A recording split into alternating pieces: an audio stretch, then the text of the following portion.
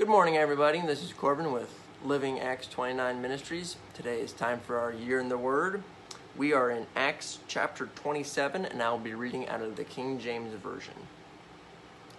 And when it was determined that we should sail into Italy, they delivered Paul and certain other prisoners unto one named Julius, a centurion of Augustus' band. And entering into a ship of Adrenium, we launched, meaning to sail by the coast of Asia, one Artesius, a Macedonian of Thessalonica, being with us. And the next day we touched at Sidon, and Julius courteously entreated Paul, and gave him liberty to go unto his friends to refresh himself.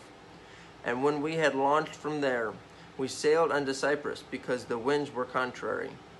And when we had sailed over the sea of Cilicia and Philomela to Myra, a city of Lycia, and there a centurion found a ship of Alexandria, sailing into Italy, and he put us therein. And when we had sailed slowly many days, and scarce were over against Cnidus, the wind not suffering us, we sailed unto Crete, over against Siloam, and had hardly passing it, came unto a place which is called the Fair Havens, close whereunto was the city of Lasea. Now when much time was spent, and when sailing was now dangerous, because the fast was now already past, Paul admonished them, and said unto them, Sirs, I perceive that this voyage will be with hurt and much damage, not only of the landing and the ship, but also of our lives. Nevertheless, the centurion believed that the master and the owner of the ship more than those things which were spoken by Paul. And because the haven was not commendious to winter, the more part advised to depart there also, if by any means they might attain to fence, and there to winter, which is a haven of Crete, and lieth toward the southwest, north, and northwest. And when the south wind blew softly, supposing that they had obtained their purpose, losing thence they sailed close by Crete. But not long after there arose a tempestuous wind, called Euripelion. And when the ship was caught, and could not bear up into the wind, we let her drive. And running under a certain island, which is called Claudia, we had much work to come by the boat, which when they had taken up, they used helps undergirding the ship, and fearing lest they should fail into the quicksands, strake sail, and so were driven. And we being exceedingly tossed with a tempest, the next day they lightened the ship, and the third day we cast out with our own hands the tackling of the ship. And when neither sun nor stars in many days appeared, and no small tempest lay upon us, all hope that we should be saved was then taken away. But after long abstinence, Paul stood forth in the midst of them, and said, Sirs, you should have hearkened unto me, and you have not lost from Crete, and you should have gained this harm and loss.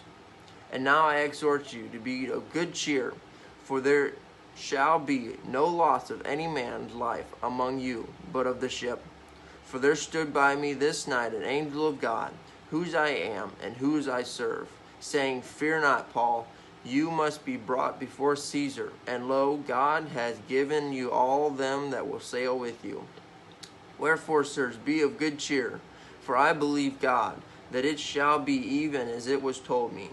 Howbeit we must cast upon a certain island.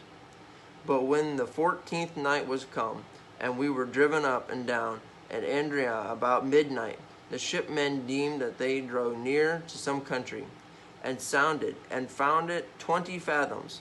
And when they had gone a little further, they sounded again, and it was 15 fathoms.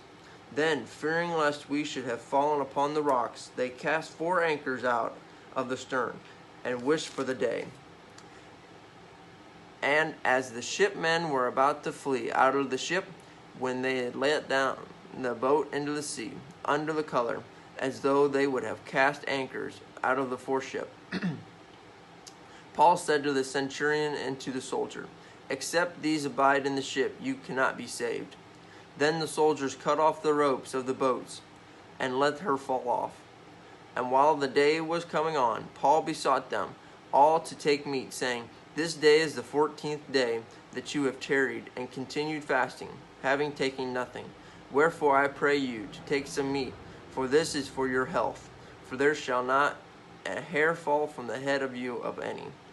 And when he had thus spoken, he took bread, and gave thanks to God in presence of them all. And when he had broken it, he began to eat. Then they were all of good cheer, and they also took meat. And when we were in all and when we were in all in ship 260 souls. And when they had eaten enough, they lightened the ship, and cast out the wheat into the sea.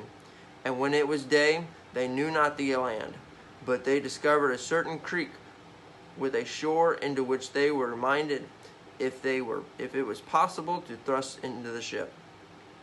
And when they had taken up the anchors, they committed themselves unto the sea, and loosened the rudder bands, and hoisted the mainsail to the wind, and made toward shore. And falling into the place where two seas meet, they ran the ship aground, and they forepart stuck fast, and remained unmovable. But the hinder part was broken with the violence of the waves. And the soldiers' counsel was to kill the prisoners, lest any of them should swim out and escape. But the centurion, willing to save Paul, kept them from their purpose, and commanded that they which could swim